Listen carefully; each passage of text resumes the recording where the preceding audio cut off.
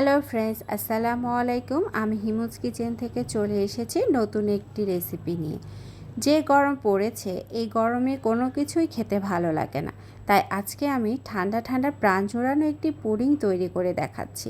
আজকে আমি তৈরি করব ডাব ও তরমুজের পুডিং। আশা করছি ডাব ও তরমুজের এই ঠান্ডা ঠান্ডা পুডিংটি আপনাদের কাছে অনেক ভালো লাগবে। তাহলে চলুন চলে যাই মূল রেসিপিতে। আমি এখানে কিছু তরমুজ খোসা সহ কেটে নিয়েছি। তরমুজগুলোকে একটি স্ট্রেনার দিয়ে ছেঁকে নিচ্ছি। এতে করে রসগুলো আলাদা হয়ে যাবে, বীজ আর অবশিষ্ট অংশগুলো স্ট্রেনারে রয়ে যাবে। আপনারা চাইলে কিন্তু ব্লেন্ডারে ব্লেন্ড করে স্ট্রেনারে ছেঁকে নিতে পারেন। এবার একটি প্যানে দেড় কাপ তরমুজের রস নিয়েছি। এখানে 1.5 কাপ তরমুজের রস হয়েছে। 1.5 কাপ তরমুজের রসের জন্য আমি এখানে 1.5 চা চামচ আগার আগার পাউডার দিয়ে দিলাম। দিয়ে আগার আগার পাউডারটাকে ভালোভাবে মিশিয়ে নিতে হবে। আর মিষ্টির জন্য দিয়ে দিচ্ছি 2 টেবিল চামচ চিনি। তরমুজটা কীরকম মিষ্টি তার উপর নির্ভর করে আপনারা চিনির পরিমাণটা বাড়িয়ে বা কমিয়ে দিবেন। এবার চুলার জালটা জ্বালিয়ে দিয়ে আমি মিশ্রণটাকে ভালোভাবে জাল করব। 1 থেকে 2 বার ফুটে আসলেই প্যান থেকে নামিয়ে নিব। এবার নামিয়ে একটি সার্ভিং ডিশের মধ্যে ঢেলে নিলাম।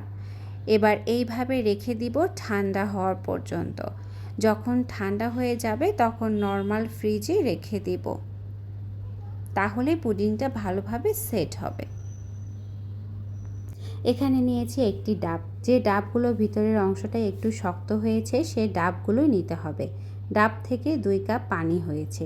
এবার একটি প্যানে আমি ডাবের পানিগুলো নিয়ে নিয়েছি। এবার এর মধ্যে আগার আগার পাউডার দিয়ে দিচ্ছি 1 টেবিল চামচ, আর দিয়ে দিচ্ছি 2 টেবিল চামচ চিনি। ডাবের পানির মিষ্টির পরিমাণ অনুযায়ী চিনির পরিমাণটা বাড়িয়ে বা কমিয়ে দিবেন।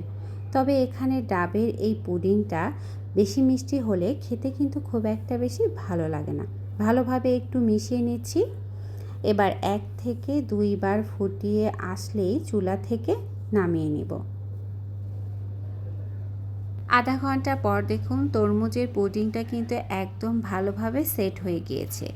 এখানে ডাবের যে সাদা অংশটা ছিল আমি এটাকে লম্বা করে কেটে নিয়েছি। ডাবের সাদা অংশটা উপর দিয়ে এইভাবে দিয়ে দিলাম, তাহলে দেখতে সুন্দর লাগে এবং পুডিংটা খেতেও কিন্তু অনেক ভালো লাগে। সবগুলোকে এইভাবে উপর দিয়ে দিয়ে দিলাম। দিয়ে এবার ডাবের সাদা অংশটা ভালোভাবে দেওয়া হয়ে গিয়েছে। এবার তারপরে দিয়ে দিলাম জাল করে রাখা পুডিংয়ের মিশ্রণটা। এবার এইভাবেই রেখে দিব ঠান্ডা হওয়া পর্যন্ত। ঠান্ডা হয়ে গেলে নর্মাল ফ্রিজে রেখে দিব কিছুক্ষণ। আধা ঘন্টা পর দেখুন পুডিংটা কিন্তু খুব সুন্দরভাবে সেট হয়ে গিয়েছে।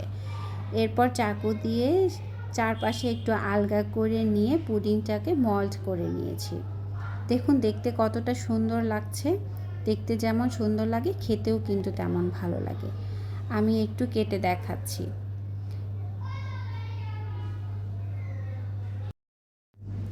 আমি একটু এইভাবে কেটে সার্ভ করলাম। দেখতে কিন্তু দারুণ লাগছে। দেখুন দেখতে কতটা সুন্দর লাগছে। 2 পাশে 2 লেয়ার, 2 লেয়ারের জন্য এটি খেতেও কিন্তু দারুণ লাগে। এক পাশে কামড়ে তরমুজ আর আরেক পাশে কামড়ে ডাবের ফ্লেভার, খেতে কিন্তু অসাধারণ লাগে। এই গরমে আপনারাও কিন্তু বাড়িতে এই ঠান্ডা ঠান্ডা পুডিংটি তৈরি করে দেখতে পারেন। খেতে কিন্তু দারুণ লাগে। যদি ভালো লেগে থাকে অবশ্যই ফ্রেন্ডস এবং ফ্যামিলির সাথে শেয়ার করবেন। আর আমার চ্যানেলটি যারা সাবস্ক্রাইব করেনি অবশ্যই চ্যানেলটি সাবস্ক্রাইব করবেন। আল্লাহ হাফেজ।